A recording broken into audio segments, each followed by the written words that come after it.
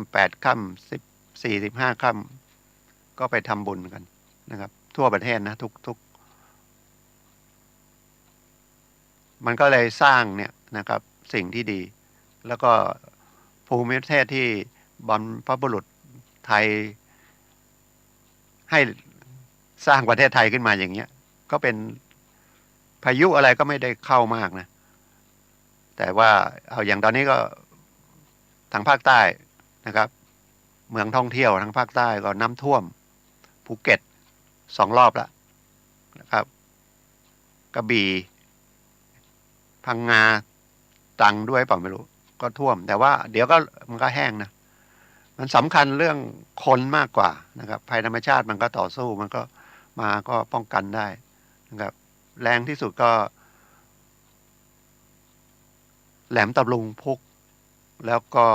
พายุเกที่ชุมพรแต่ที่สึนามินั่นก็ไม่ใช่คนไทยตายเยอะนะเป็นฝรั่งนะครับเดินทางมาท่องเที่ยวแล้วก็เสียชีวิตเยอะมันเป็นกฎแห่งกรรมนะครับมันถึงเวลามันก็ไม่นั้นถึงเวลาตายมันก็ตายถ้าไม่ถึงเวลามันก็ไม่ตายนะครับมีนักโทษประหารถูกตัดสินประหารชีวิตเอาไปยิงเป้ายิงไม่เข้านะแต่เจ็บนะครับช้ำในยิง2 ชุดก็เลยพักไว้ก่อนบังเอิญก็มีประกาศอภัยโทษ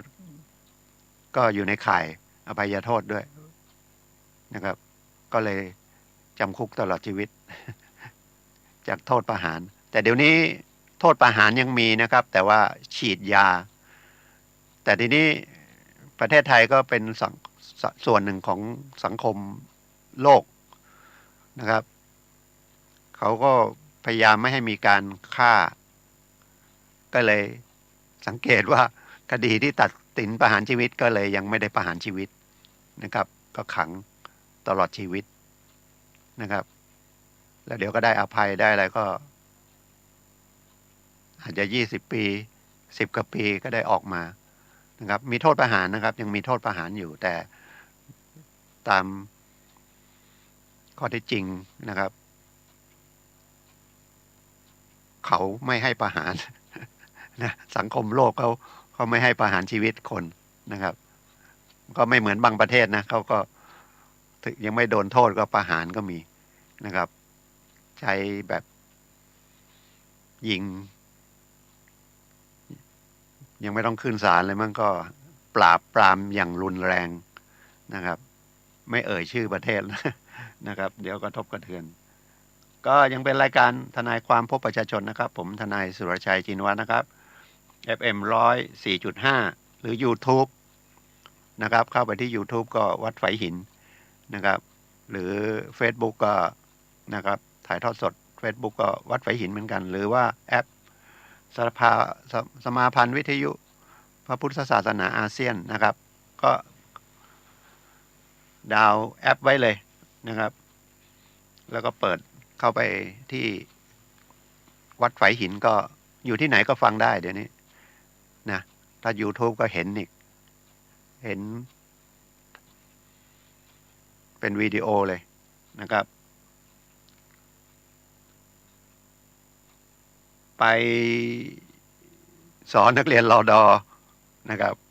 เด็กรุ่นใหม่เขาก็คุยแข่งกับคนนะครับก็ไม่ค่อยได้ผลเท่าไหร่แต่เมื่อวันศุกร์นี่ไปที่เรือนจำกลางเชียงใหม่ที่แม่แตงก็ไปสอนสมาธิในนามของสถาบันพลังจิตานุภาพแก่ผู้ต้องโทษ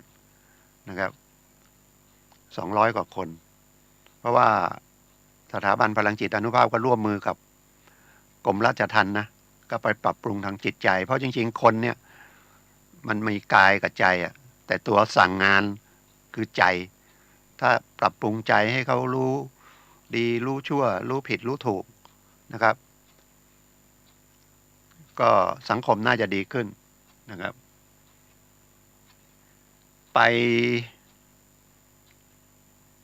ศาลจังหวัดผมไปที่ศาลเอาเรื่องที่ศาลมาคุยหน่อยแล้วกันนะครับไปเจอคดี ไม่ได้คดีกับผมนะพอดีไปเจอขึ้นมาในบัลลังก์ก็เห็น คนตาบอดสองข้างเลยครับโดนแจ้งข้อหากันโชคทรัพย์โดยการขู่ฆ่า ซึ่งถ้าดูตามผมยังติดใจนะแต่กฎหมายเขียนไว้แล้วก็มันเข้าข้อกฎหมายของอาญานะครับประมวลกฎหมายอาญามาตรา337อยู่ในเรื่องของเรื่อง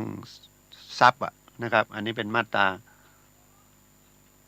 กฎหมายเขียนกันโชคทรัพย์ขู่จะเอาเงินเอาทรัพย์สินนะแต่คนนี้เป็นที่ถูกจับเนี่ยเป็นจำเลยถูกส่งฟ้องศาลเนี่ยเป็นคนตาบอดทั้งสองข้างแล้วข้อเท็จจริงตามที่ฟังมานะครับว่าแกก็ให้คนยืมเงินไปจำนวนหนึ่ง2-3 หมื่นบาทอะไรประมาณนี้ไปทวงถามยังไงก็ไม่ได้นะครับก็ไม่รู้ไปรู้จักกับใครหรือยังไงเนี่ยบอกช่วยไปตามหน่อยแล้วก็ให้โทรศัพท์ให้โทรไปทวงถามให้หน่อยทวงหนี้ให้หน่อยคนที่โทรไปก็คล้ายๆใช้แบบระบบนักเลงมั้งไปขู่นะครับว่าให้เอาตังค์มาใช้นะแต่ไม่นั้นจะไปฆ่าคนที่เป็นลูกหนี้นั่นน่ะลูกหนี้คนตาบอดลูกหนี้คนไม่ลูกหนี้ตาไม่บอดนะเจ้าหนี้ตาบอดแล้วเขายืมเงินไปแล้วก็ไปทวงเองก็ไม่ได้นะก็วานคนตาดีไปคนตาดีแล้วก็ให้โทรศัพท์ไปด้วยนะครับให้คนตาดีช่วยไปทวงคนตาดีก็โทรไปทวงเงินแต่ไปบอกว่าถ้าไม่เอาเงินมาใช้จะไปฆ่านะเข้าข้อกฎหมายเลยโทษ7 ปีเพราะคนนั้นเขาไปแจ้งความแล้วตำรวจก็เอาเบอร์ที่มันปรากฏในมือถือของตัวลูกหนี้เช็คย้อนออกมาเป็นโทรศัพท์ของคนตาบอดคนตาบอดตอนแรกก็ที่ถูกจับก็ปฏิเสธตลอดนะบอกว่าไม่ได้ทำอย่างนั้นก็ขึ้นศาลนะครับทนายก็เป็นทนายขอแรงเหมือนกันแต่ว่าไม่ใช่เป็นผมนะเป็นอีกคนหนึ่งน้องทนายก็เลยมาคุยกับผมว่าเอาไงดีอย่าปฏิเสธไปแล้วสู้คดีไปปฏิเสธไปสู้คดีไปโอกาสชนะแพ้ยังไม่รู้นะเพราะจำเลยก็ตาบอดแล้วจะเอาพยานไหนมาเบิกความนะครับแล้วมันเช็คมามันก็เป็นว่าโทรศัพท์เราแต่ถ้ารับสารภาพก็โดนโทษแต่โอกาสรอลงอาญามีนะครับเพราะว่า1ความผิดเป็นความผิดครั้งแรกไม่เคยกระทำความผิดมาก่อนรับสารภาพก็ลดครึ่ง2เมื่อลดครึ่งแล้วก็น่าอยู่ในเกณฑ์ที่รอลงอาญาก็คือมีโทษอยู่แต่ไม่ต้องเข้าไปเรือนจำครับนะครับเพราะว่าสูงสุดเนี่ยมีขั้นต่ำนะขู่ฆ่ากันโชคทรัพย์เนี่ย6 เดือนถึง7 ปีสูงสุด7 ปีขั้นต่ำ6 เดือนศาลอาจจะลงโทษถ้ารับสารภาพศาลอาจจะลงโทษ4 ปีสมมุตินะ4 ปีรับสารภาพก็ลดครึ่งก็เหลือ2 ปีก็รอลงอาญาได้เพราะว่าคดีถ้าโทษจำคุกไม่เกิน3 ปีเนี่ยนะศาลอาจจะรอลงอาญาได้รอลงอาญาก็ออกจากเรือนจำแล้วนะครับเนี่ยบางทีมันเรื่องไม่เป็นเรื่องนะแต่มันถึงเวลามันเป็นเรื่องใหญ่ถึงถ้าฟังรายการผมแล้วก็พยายามฟังไปนะฟังไปเรื่อยๆนะครับเพราะบางทีเหตุการณ์ที่มันไม่น่าเกิดขึ้นมันอาจจะเกิดขึ้นแล้วถ้าเราไม่มีข้อมูลไว้เลยไม่ได้ฟังรายการเกี่ยวกับกฎหมายหรือไม่ได้สนใจเรื่องกฎหมายไว้เลยเนี่ยมันจะตกใจเครียดมากแล้วก็มันไม่น่าเลยมันไม่น่าเลยบางทีก็โอ้มันไล่แรงขนาดนี้เนาะผมก็เพิ่งเคยเห็นคดีนี้อย่างนี้เองนะครับ แต่ไปดูข้อกฎหมายเขาก็เขียนไว้ชัดเนาะว่าข่มขู่เนี่ยเป็นการโชคทรัพย์แรงกับลักทรัพย์อีกนะแต่จะไปบอกคนตาบอดมันทำผิดไม่ได้ก็ไม่ได้มันก็ไม่ได้ก็ไม่ใช่เนาะคนตาบอดก็ทำผิดได้บางทีก็ไปลักทรัพย์ก็มีเผลอๆก็ไปร่วมกันลักทรัพย์อะไรอย่างเงี้ยหรือไปค้ายาบ้าคือทำผิดได้หมดอ่ะคนตาดีคนพิการคนปกติแต่เรื่องจิตใจน่ะมันเวลามันเกิดเรื่องขึ้นมาเนี่ยนะครับจริงๆมันต้องก่อนจะกระทำอะไรเนี่ยมันต้องมีว่าอย่าไปทำนะมันไปเบียดเบียนคนอื่นอย่างเงี้ยคิดทันไหมจะไปลักเขาเราก็ถ้าของเราโดนลักก็ไม่ทันคิดอย่างนั้นหรอกก็ไปลักแล้วโดนจับไปออกมาลักอีกคดีที่ผมไปเป็นทนายขอแรงเป็นคดีที่3ของคนจำเลยคนนั้นนะคดีที่1เขาก็ผมไม่ได้เป็นทนายแต่ว่าเขาก็โดนข้อหาลักทรัพย์ศาลน่าจะลงโทษปีเดียวรับสาภาพก็เหลือ6 เดือนออกมาลักทรัพย์อีกโดนไปปีครึ่งแล้วคดีที่3ที่ผมไปเป็นทนายให้โดน2 ปีครึ่งก็เลยตกลงก็อยู่ในเรือนจำตลอดเพราะว่าตำรวจก็เอาทีละคดีทีละคดีแล้วก็ให้นับโทษต่อเพราะว่าถ้ารวมกันไปฟ้องอันเดียวกันอะไรเงี้ยมันก็อาจจะโทษน้อยเพราะว่าคดีลักทรัพย์มันก็โทษไม่ถ้าไม่มีอาวุธไม่มีอะไรเป็นลักทรัพย์นะแล้วก็กลางวันอะไรอย่างเงี้ยโทษมันก็น้อยแต่ถ้ากลางคืนงัดเข้าไปใช้ยานพาหนะเนี่ยโทษมันก็สูงนะครับที่พูดนี่ก็คือเตือนบางทีเราไม่ค่อยนะลูกหลานเราก็ไม่ได้ฟังก็คนที่อยู่บ้านก็เป็นผู้สูงอายุก็ฟังไว้แล้วก็เตือนลูกหลานก็ได้บางทีไปหยิบโทรศัพท์เพื่อนมาจะตั้งใจไม่ตั้งใจก็แล้วแต่แล้วก็เอาไปขายอะไรอย่างเงี้ยนะครับมันไม่ใช่สนุกหรือเป็นขนองก็ต้องโดนโทษทางอาญาถ้ามันอายุเกิน17 18 ปีขึ้นไปก็เป็นผู้ใหญ่แล้วนะครับถ้าโทษทางอาญาเนี่ยนะครับถึงมาคุยกันนะครับเป็นเรื่องของกฎหมายเพราะว่าถ้าไม่มีกฎหมายสังคมมันก็อยู่ไม่ได้เพราะว่าคนยิ่งมากเท่าไหร่กฎหมายก็มากไปตามคนน่ะก่อนประเทศไทยมี10 กว่าล้าน5 ล้าน10 ล้านขึ้นมาปุ๊บปั๊บปุ๊บปั๊บเดี๋ยวนี้ก็70 ล้านแล้วมีคนเพื่อนบ้านที่เข้ามาทำงานอีกเป็นล้านก็ไม่รู้คนในประเทศไทยมี70 หรือ 80 ล้านนะครับแล้วก็ออกกฎหมายมาเยอะตามจำนวนคนนะเพราะว่าแต่ละคนมันก็ความคิดไม่เหมือนกันนะครับก็พยายามออกกฎหมายมาคล้ายๆบังคับอ่ะแต่ถ้ามันจิตใจมันไม่ไปอ่ะบังคับยังไงก็ไม่ได้นะครับมันต้องปรับปรุงทางจิตใจด้วยปรับปรุงทางกฎหมายด้วยเอากฎหมายมาอย่างเดียวยิ่งแรงเท่าไหร่นะครับโทษมันก็จะบางทีเขาก็ทำผิดไปแรงไปเลยเหมือนบอกคดีข่มขืนเนี่ยต้องประหารชีวิตทุกรายอย่างเงี้ยเขาก็จะฆ่าเลยถ้าไหนๆก็ไหนๆแล้วฆ่าไปอาจจะจับไม่ได้ก็ได้เขาก็คิดอย่างนั้นคนร้ายแต่จริงๆคดีข่มขืนถ้ามันมีอาวุธมีอะไรก็โทษแรงนะครับแต่ถ้าข่มขืนให้ระวังนะครับมันเป็นคดียอมความได้นะบางพฤติกรรมนะแล้วคดียอมความได้ขอเตือนอีกครั้งนะครับคดียอมความได้เขียนไว้ในประมวลกฎหมายอาญาเลยนะครับเช่นฉ้อโกงหลอกกันเนี่ยหลอกเอาสตังค์เนี่ยบุคคลต่อบุคคลนะไม่ใช่ฉ้อโกงประชาชนนะคดีเช็คคดีข่มขืน บางพฤติกรรมนะเป็นแฟนกันเป็นอะไรไปรักชอบพอกันผู้ชายก็นึกชวนผู้หญิงไปไหนก็ไปเอาชวนไปเกิดห้ามใจไม่อยู่ปลุกปั้มข่มขืน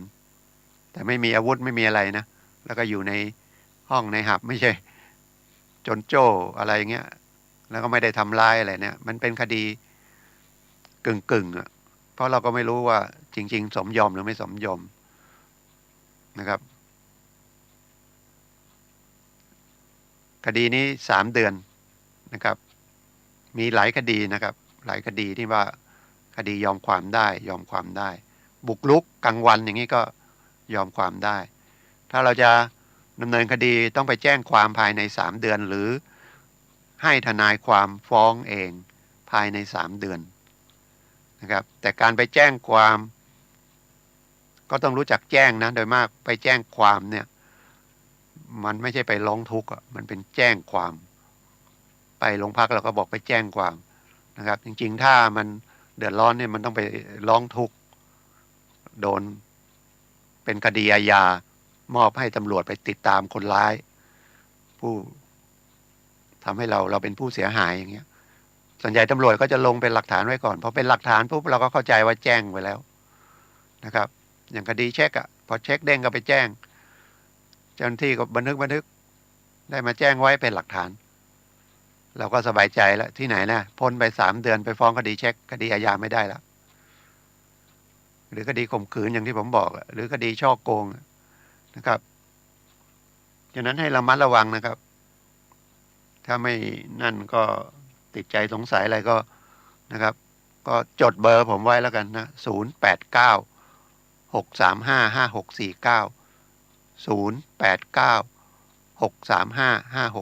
0896355649นะครับก็ยินดีให้คำปรึกษานะครับเรื่องกฎหมายแล้วก็ในศาลไปก็ไปเห็นอีกคดีหนึ่งโดนฟ้องคดียาบ้ายาเสพติดให้โทษแล้วก็อาวุธปืนจำเลยก็รับสารภาพเรื่องยาบ้า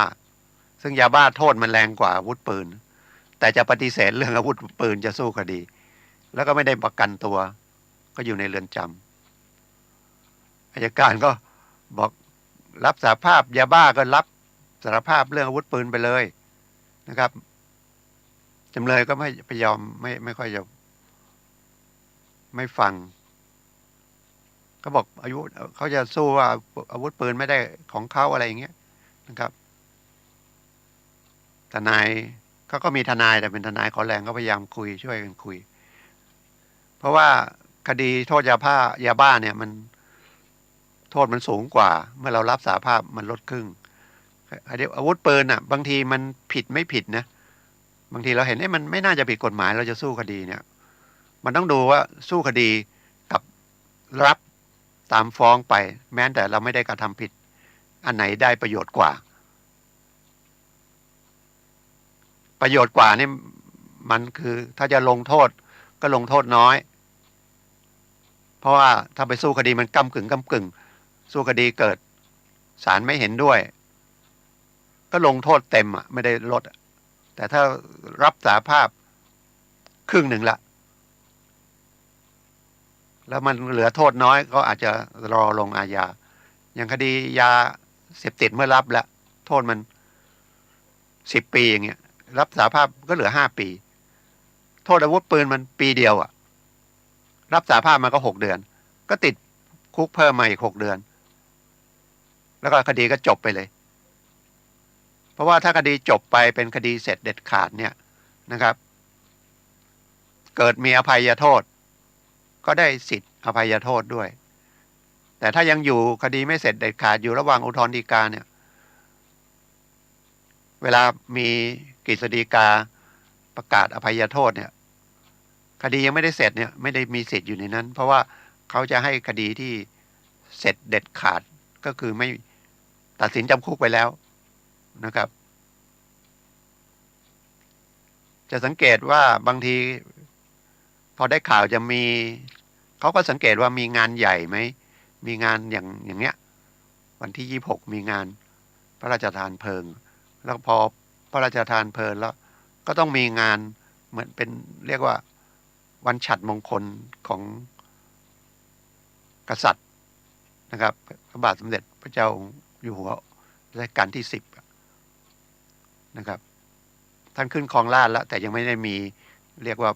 วันฉัตรมงคลนั้นนะก็อาจจะได้มีการอภัยโทษนะครับเพราะก็เป็นการสร้างบุญสร้างบารมีของพระบาทสมเด็จพระเจ้าอยู่หัวด้วยก็อภัยโทษนะครับก็อยู่ในเกณฑ์ที่จะลดโทษสำคัญนะครับลดโทษเข้าไปในเรือนจำเนี่ยถ้าไม่เคยเข้าไปในเรือนจำเลยนะครับคือไม่ได้เข้าไปซ้ำสองซ้ำสามเนี่ยเข้าไปก็อยู่ชั้นดีอ่ะชั้นดีก็มีสิทธิ์อภัยโทษอภัยโทษอย่างน้อยก็ลดเดือนละ5 วันเนี่ยตอนแรกเดือนหนึ่งลด5 วันเยอะนะครับถ้าติดคุก1 ปีแต่ได้ลดโทษเดือนหนึ่ง5 วันเนี่ยมันก็จะเหลือไม่กี่มันก็หายไปเดือนหนึ่งเลยนะติดคุกประมาณ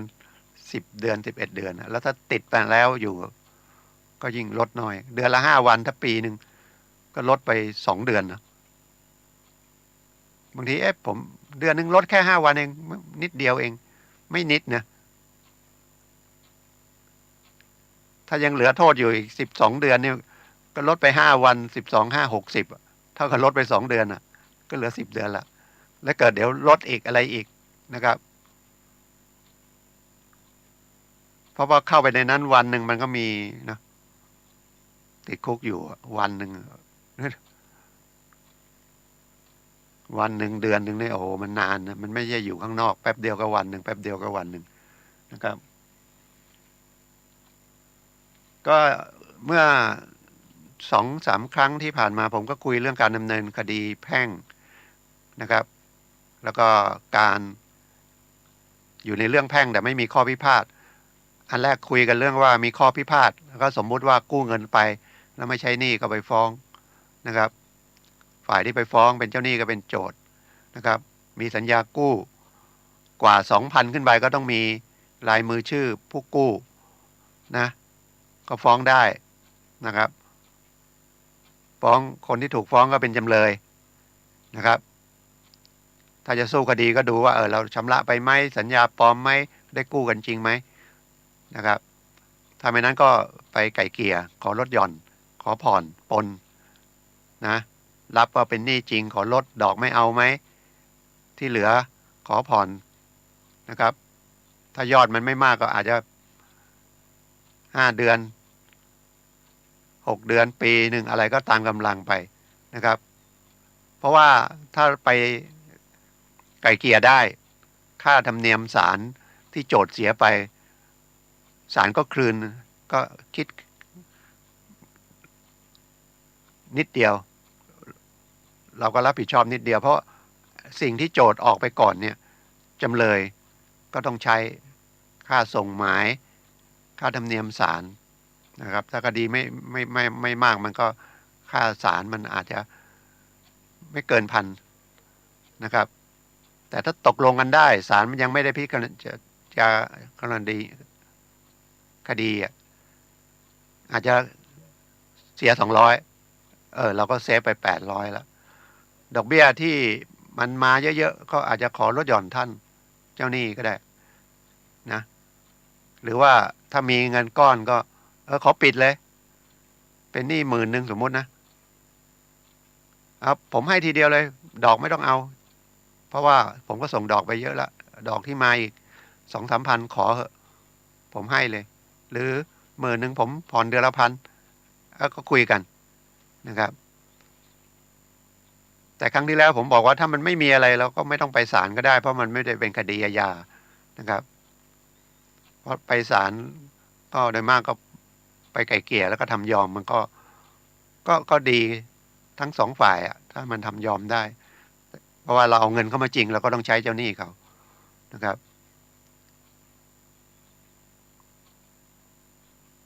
แล้วก็มาคุยเรื่องคดีไม่มีข้อพิพาท ก็คือเป็นฝ่ายเดียวเช่นคำร้องก่อตั้งผู้การมรดกร้องเรื่องบุตรนะครับร้องว่าเป็นบิดาโดยชอบอะไรเงี้ยอันนั้นเป็นคดีแพ่งทีนี้เรื่องคดีอาญาเนี่ยนะครับมันก็ไปได้สองทางแจ้งความตำรวจแต่ต้องอย่างที่บอกแล้วเราก็พูดกันแจ้งความผมก็ติดแจ้งความจริงต้องไปร้องทุกข์หรือกล่าวโทษตามภาษากฎหมายนะครับแต่ส่วนใหญ่ขนาดผมทำหนังสือไปจะไปแจ้งความบุกรุกที่นะครับท่านก็รับไว้แต่ลงไว้เป็นหลักฐานก่อนบอกยังมีเวลาอีก3 เดือนนะครับเดี๋ยวผมไปช่วยดูให้มันอาจจะเสร็จดีเร็วไม่ต้องเป็นคดีนะครับก็รับไว้นะครับแล้วเดี๋ยวผมให้เจ้าหน้าที่ตำรวจไปช่วยดูให้ถ้าไปแล้วเดี๋ยวเขาเห็นตำรวจมาเขาก็อาจจะรื้อถอนออกไปผมก็เคยนะครับสุดท้ายเขาก็รื้อถอนออกไปก็โอเคไม่เป็นคดีอาญาไปก็ง่ายเพราะเป็นคดีอาญาที่ฟ้องขับไล่เนี่ยแล้วเคสของผมคดีของผมเนี่ยที่ลกล้างไว้แล้วเขามาอยู่กันอ่ะบ้านเลขที่ก็ไม่มีภูมิเนาอยู่ไหนก็ไม่รู้กลางคืนมานอนกลางวันออกไปถ้าจะฟ้องร้องนี่โหเหนื่อยเนาะเราจะรู้ไหมคนที่มาบุกรุกกับใครเนี่ยบางคนมีที่ไว้อย่างเชียงใหม่เนี่ยเคสผมก็ที่เชียงใหม่ได้มรดกมาเป็น10 ปีทิ้งว่างๆไปนานๆไปดูทีปีงไปดูทีเอ้าใครมาอยู่ก็ไม่รู้มาปลูกบ้านหลังเล็กๆกระต๊อบเป็นเพิงแล้วก็ไม่เคยเจอตัวเพราะเราไปกลางวันเป็นพวกขับรถแล้วก็บ้านอยู่นอกอยู่ต่างเมืองต่างอะไรเงี้ยขับรถแล้วมาเจ้านายรถอยู่แถวในเมืองก็ส่งรถอะไรอย่างนี้แล้วก็ไม่ต้องกลับไปต่างจังหวัดมันดึกก็นอนอาศัยนอนเช้าก็ออกไปขับรถ7-8 รายนะเข้าไปอยู่ในที่ดินนั้นนะก็ยังโชคดีว่าพอไปคุยเจ้าหน้าที่ตำรวจก็บอกเดี๋ยวผมให้รับเรื่องไว้แต่ว่ายังไม่เป็นคดีเนาะเพราะว่าถ้าเป็นคดีต้องทำเรื่องมันต้องเดินไปตลอดนะครับก็ผมก็ไปแจ้งความว่าผมไม่แจ้งความแล้วผมก็เอาไปปิดไว้ที่บ้านนะกระต๊อบ7-8 หลังติดอันนี้เป็นประสบการณ์นะบางทีฟังแล้วทนายอื่นบางทีมันเจอบางทีมันทำไม่ได้แต่ทนายคงไม่ได้ฟังคนอื่นฟังนะครับแต่เราคงไปทำเองไม่ได้ยังไงก็นะครับอันนี้ก็ผมไม่หวงวิชาผมไปทำอะไรสำเร็จผมก็มาคุยไม่ใช่มาอวดอ้างอะไรนะอยากให้มัน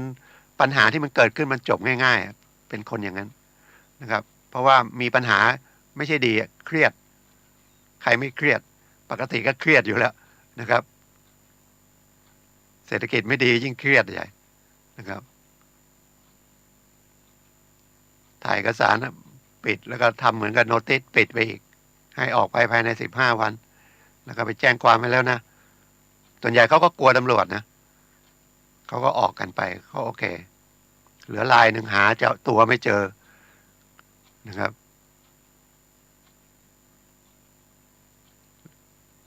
แล้วบอกเราเป็นเจ้าของที่เราไปรื้อบ้านเขาเกิดไปเจอคนหัวหมอเข้ามาย้อนสอนเราทำให้เสียทรัพย์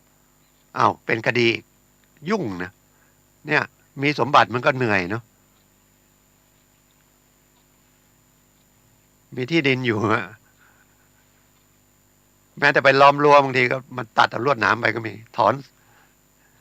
หลักไปก็มีแล้วเราจะไปเอาอยัางไงหรือเขาอยู่อย่างเงี้ยใครมาปลูกบ้านเราไปถึงก็ไปลื้อเลยหรือไม่นั้นก็ไฟเผาเลยไหมกลายเป็นคดีอาญาไปเราโดนเองอีกนะครับยุ่งเลยแล้วคดีโทษหนักกว่าบุกรุกอีกหรืออยู่ดีก็กลายเป็นที่ทิ้งขยะทำไงอ่ะก็คุยเป็นเรื่องที่ผ่านมานะครับแต่มันก็น่าจะมีอย่างนี้เกิดขึ้นอีกอ่ะก็เลยคุยเป็น นะครับ ตามแบบ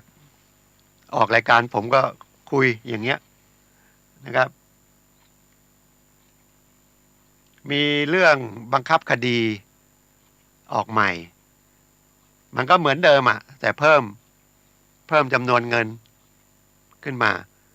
นะครับ ของใช้ส่วนตัวเสื้อผ้าอาภรณ์เครื่องนอนที่หลับที่นอนแหละนะก็ไม่เกิน20,000ถ้าเกิน20,000เขายึดได้บางทีมันกฎหมายมันเขียนแล้วอ่านยากนะ20,000หรือไปตีว่ายึดได้แค่20,000เหรอไม่ใช่ของที่อยู่กับตัวเราเสื้อผ้าเครื่องนุ่งห่มอ่ะมูลค่าประมาณ20,000นะครับเป็นตู้เตียงอะไรที่เราใช้อ่ะนะครับสมัยก่อนมันไม่มียึดได้หมดอ่ะก่อนผมทำงานใหม่ๆฝึกทนายนะครับทนายคนนั้นก็ไปยึดทรัพย์ก็ยังไปยึดทีวีตู้เย็นอันนี้ก็ถือของใช้นะครับส่วนตัวไหมมันก็ถ้าไม่เกิน20,000ยึดไม่ได้อันนี้หมายของตู้เย็นนี่เป็นของเราชำระหนี้หมดนะคนละคดีคนละกรณีกับคุณไปเช่าซื้อแล้วผ่อนไม่หมดนั่นเขามายกเอาไปนั่นอันนั้นของยังไม่ได้ของเรานะเนี่ยมันละเอียดนะครับเรื่องกฎหมายถ้าบางทีตู้เย็นเราเนี่ยตู้เย็นเรายังไงผ่อนยังไม่หมดแล้วไม่ผ่อนเขาก็มายึดเอาไปขายทอดตลาดขาดเท่าไหร่ก็มาตามมาให้เราชำระหนี้ต่ออันนี้เช่าซื้อแต่ถ้าเราซื้อตู้เย็นนั้นผ่อนเสร็จแล้วใช้ตู้เย็นไว้อยู่ในบ้านราคามันก็ไม่ตู้เย็นก็ไม่กี่ตังค์นะ4-5 พันเขาจะมายึดเนี่ยเดี๋ยวนี้ก็มันไม่เกิน20,000เนาะไม่ใช่ชิ้นเดียวนะหลายๆชิ้นมันอาจจะมีเตาแก๊สเครื่องใช้ในครัวหุงหากินหม้อหุงข้าว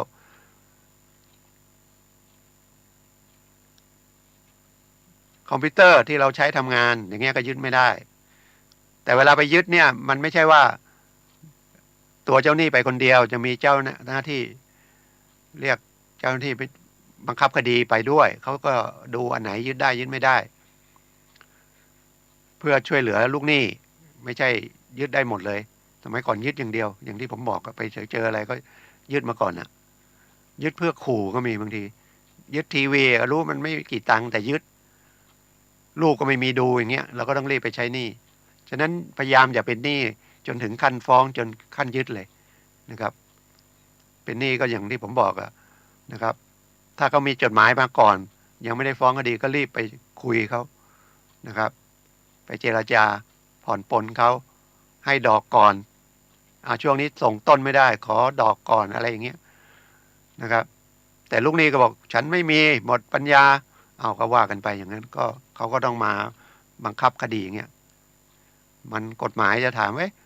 เวลาเป็นลูกหนี้ไม่ยุติธรรมเลยกลับกันถ้ากับเป็นเจ้าหนี้ไปยึดอะไรไม่ได้ก็เอาละกฎหมายไม่ยุติธรรมอีกแล้วตกลงเอาไงมันไม่ใช่อยู่ฐานะไหนฐานะไหนยุติธรรมไม่ยุติธรรมมันก็ต้องในฐานะนั้นเป็นเจ้าหนี้ก็มียึดทรัพย์ลูกหนี้มาขายเอาเงินไม่พอก็ไปยึดมาขายอีกแต่กฎหมายก็ออกมาช่วยเหลือบางส่วนที่มันพออยู่กันได้นะครับไม่ใช่ยึดจนหมดเนื้อหมดตัวนะครับ2เครื่องทำมาหากินเครื่องมือในทำอย่างเกษตรก็เครื่องมือการเกษตรนะครับไม่เกินแสนถ้าเกินแสน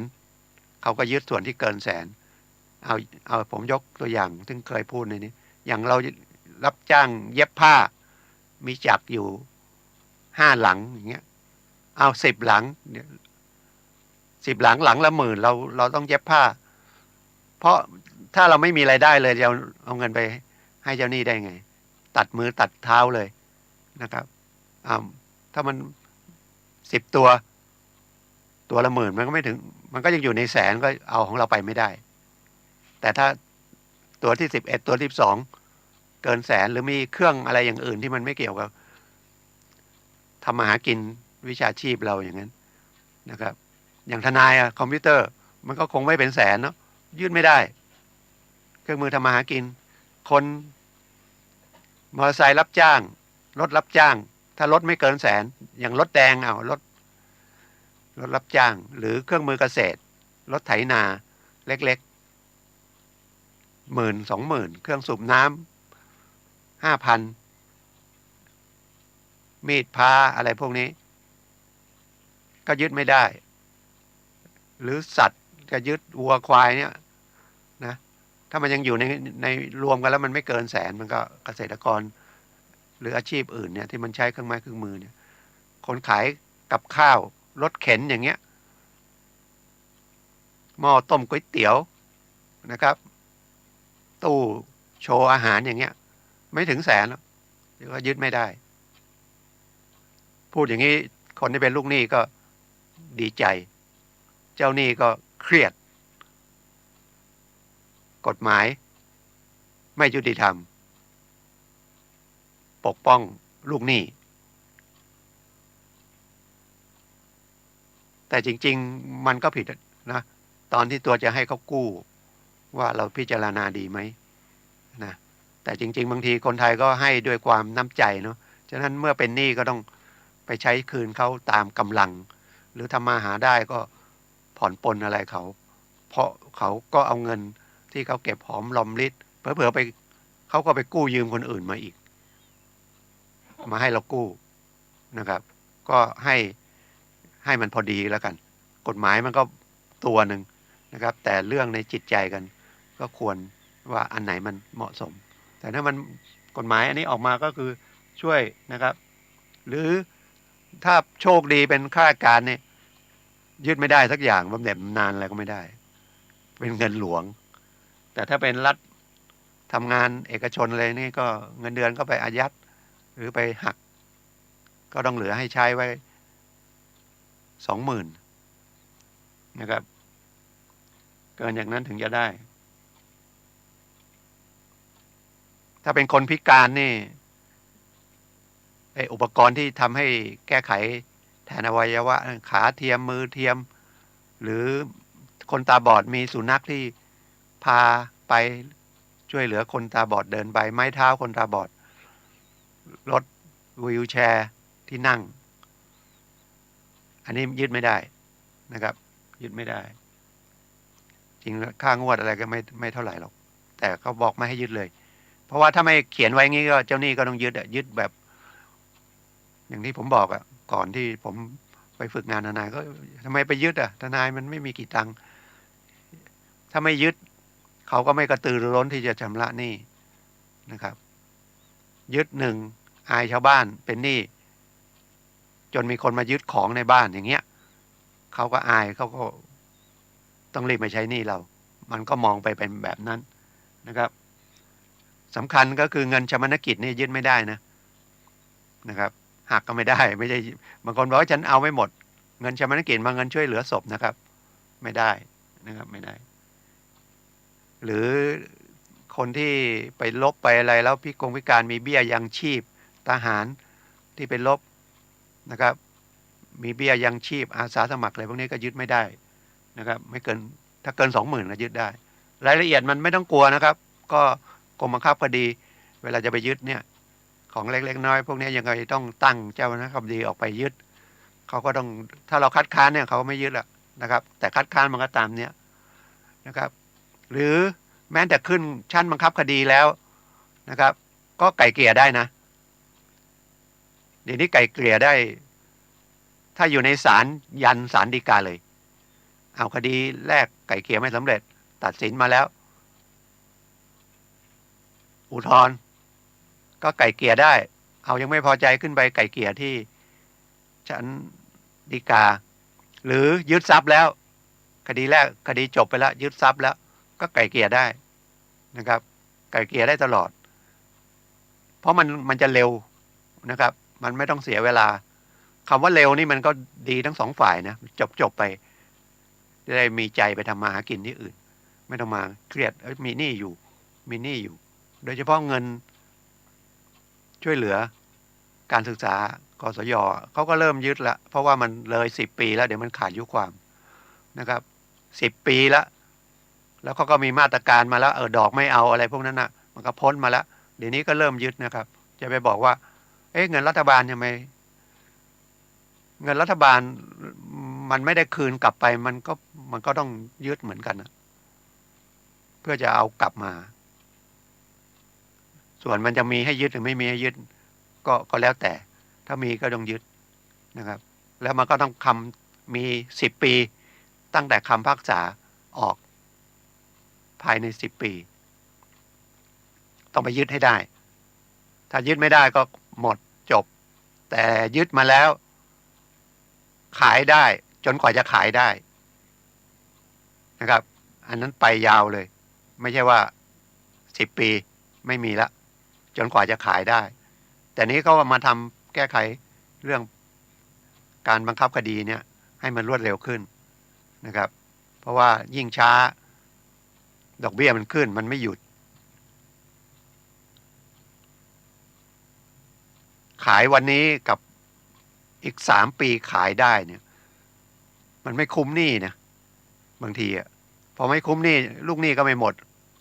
ที่ดินก็โดนยึดขายไปแล้วยังไม่หมดหนี้อีกเนี่ย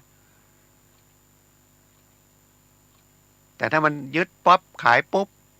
เดี๋ยวนี้มันก็ขั้นต่ำ70%สมัยก่อน20-30%ประกาศ2-3 ครั้งไม่มีใครซื้อครั้งที่4ครั้งที่5 20-30%ก็ปล่อยแล้วขายแล้วแต่เดี๋ยวนี้กฎหมายก็บังคับอย่างน้อยไม่ต่ำกว่า70%อย่างที่ดินประเมินราคา1,000,000โทรศัพท์เป็นหนี้1,000,000เข้าไปยึดที่ดินมาประเมินไว้1,000,000ถ้าจะขายก็ไม่ต่ำกว่า700,000นะขายไปแล้วหนี้มี1,000,000ยังไม่หมดหนี้เลยแต่ถ้ามันมีหนี้500,000แล้วเขาขาย700,000เราก็ได้คืน200,000นะครับไม่ใช่เจ้าหนี้ไปหมดแต่ระหว่างนั้นมันมีดอกเบี้ยไหมตอนพิพากษามัน700,000แต่ว่ากว่าจะมาขายได้อีก3 ปีดอกเบี้ยขึ้นมาอีกกี่แสนฉะนั้นก็แล้วแต่นะมันก็แต่ละเคสอันนี้ก็คุยกันเป็นความรู้แล้วกันนะครับก็ทุกวันเสาร์นะครับ10 ถึง 11 นาฬิกาก็ทนายความพบประชาชนทาง FM 104.5ก็สนใจเรียนสมาธิก็พรุ่งนี้นะครับวันอาทิตย์ของสถาบันพลังจิตสถาบันพลังจิตานุภาพสาขา24บ้านศรีสุกรีก็เปิดหลักสูตร1 วันชินสาสมาธิชนะใจตนเองนะครับเรียนฟรีนะครับสาขา24ก็ก่อนบิ๊กซีแม่เหี่ยนะครับก่อนสำนักงานขนส่งแม่เหี่ยถ้าออกจากเมืองไปออกจากแยกสนามบินไปก็ผ่านโลตัสไปปากทางก็เป็นกาดวรุณนะครับเข้าไปสัก300 เมตรซอย1วรุณนิเวศนะครับเรียนฟรีนะครับของสถาบันพลังจิตอานุภาพไปฝึกนะครับพลังจิตก็คือกำลังใจนะครับกำลังใจก็คือสติเอาง่ายๆอย่างเงี้ยฝึกสตินะครับเพราะว่าที่มันผิดพลาดอะไรทั้งหลายแหล่นะครับมันก็ขาดสตินะครับความโลภมันมีทุกคนนะครับมากน้อยยังไงมันเกินลิมิตไปก็ต้องไปอยู่ในเรือนจำนะครับแล้วเงินเยอะๆมันก็ไม่ได้ใช้เนาะแต่มีความสุขว่าโอ้ฉันได้เงินเยอะ100 ล้าน1,000 ล้านก็ยังไม่พอนะครับก็เลยเป็น10,000 ล้านก็ยังไม่พอเป็น100,000 ล้านยังไม่พอสุดท้ายมันมาโดยชอบหรือไม่ได้ชอบไม่รู้ถ้ามันผิดกฎหมายเดี๋ยวก็กฎหมายก็ตามไปก็ต้องไปติดนะครับติดอยู่ในเรือนจำแล้วหนี้ก็ไม่หมดนะก็ต้องใช้หนี้อยู่ดีเขาก็ไปตามยึดทรัพย์นะครับแล้วถ้าหลบซ่อนเอาเงินที่เกิดจากการฟ้องคดีทางอาญานะครับไปหลบซ่อนช่วยอะไรเป็นการฟอกเงินโดนด้วยนะครับโดนข้อหาฟอกเงินอีกโดนโทษเรื่องฟอกเงินอีกผมเคยมีคดีที่บันทิโดนฉ้อโกงโดนตัดสิน4 ปีพอตัดสินมันเป็นเงินที่ได้มาจากการฉ้อโกงผิดคดีอาญาแต่เอาเงินนั้นมาแล้วไปไหนไม่รู้โดนข้อหาฟอกเงินอีกนะครับโดนไปอีก4 ปีติดคุก8 ปีนะ ป๊บเดียวเขาก็ออกมาแล้วเขาไม่รู้เอาซ่อนเอาเงินที่ได้มาไปซ่อนไว้ไหนทรัพย์สมบัติไปซ่อนที่ไหนตามไม่เจอคนที่เชื่อเขาโดนเขาหลอกไปก็ได้เงินคืนไม่ได้นะครับเขาก็ติดคุกอย่างเดียวแม้จะต้องให้ใช้เงินคืนด้วยแล้วก็แชร์ลูกโซ่ก็ไม่ยอมเลิกเพราะความโลภของเราเองนะครับอยากได้ดอกเบี้ยมากเดือนหนึ่ง3 บาท5 บาท7 บาท8 บาทหลังนี่แชร์ลูกโซ่บอกว่า8 บาทแล้วไปเล่นกันนะครับโดนเป็นเขาว่าเป็นหลายร้อยล้านก็ไม่รู้ยังไงมีตังค์เนาะแต่ว่าไม่เฉลียวใจอยากได้8%ต่อเดือนล้านหนึ่งได้8,000ถ้ามันได้อย่างนั้นแล้วไปหากินอะไรแบงก์มันยังหากินไม่ได้ถึงขนาดนั้นเอาคิดง่ายๆอย่างนั้นแล้วเขาเก่งยังไงเอาเงินไปหาได้ดอกเบี้ย8%ต่อเดือนปีนึงก็เท่าท่วมต้นแล้วนะ12 8 9 16เกือบ100%ให้เขาไปล้านหนึ่งเดี๋ยวปีหนึ่งได้ล้านหนึ่งโอ้โหเก่งขนาดเลยอันนี้ก็จ้างมาตั้งธนาคารนะครับมาทำธุรกิจปล่อยเงินดีกว่าธนาคารยังปล่อยได้ปีหนึ่งดอกเบี้ยเท่าไหร่8 บาท10 บาทต่อปีเดือนละไม่ถึงบาทนะครับเงินกู้เงินฝาก50 ตังค์หรือบาทหนึ่งก็ฝากไว้นะครับก็พบกับผมได้ทุกวันเสาร์นะครับวันนี้ก็ขอบคุณท่านผู้ฟังทุกท่านนะครับก็ต่อไปก็รายการพลังชีวิตของอาจารย์สุนัยนะครับวันนี้ก็ขอขอบคุณแล้วก็ขอสวัสดีครับ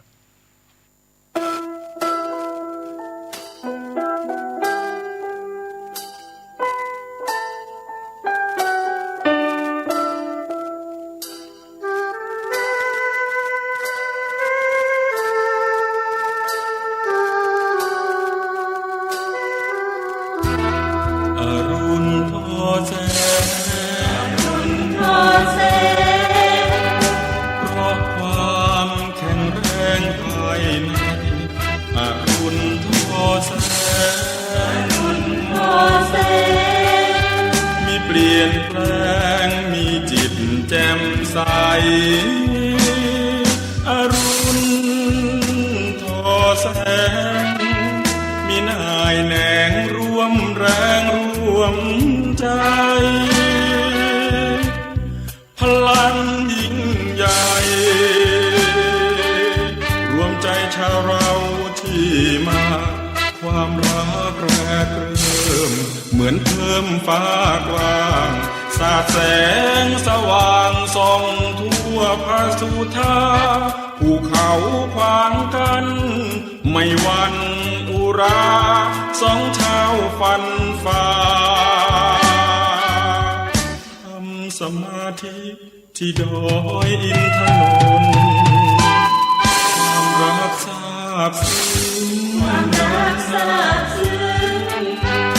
แนบตรึงที่ตรงดวงจิตกับได้พบ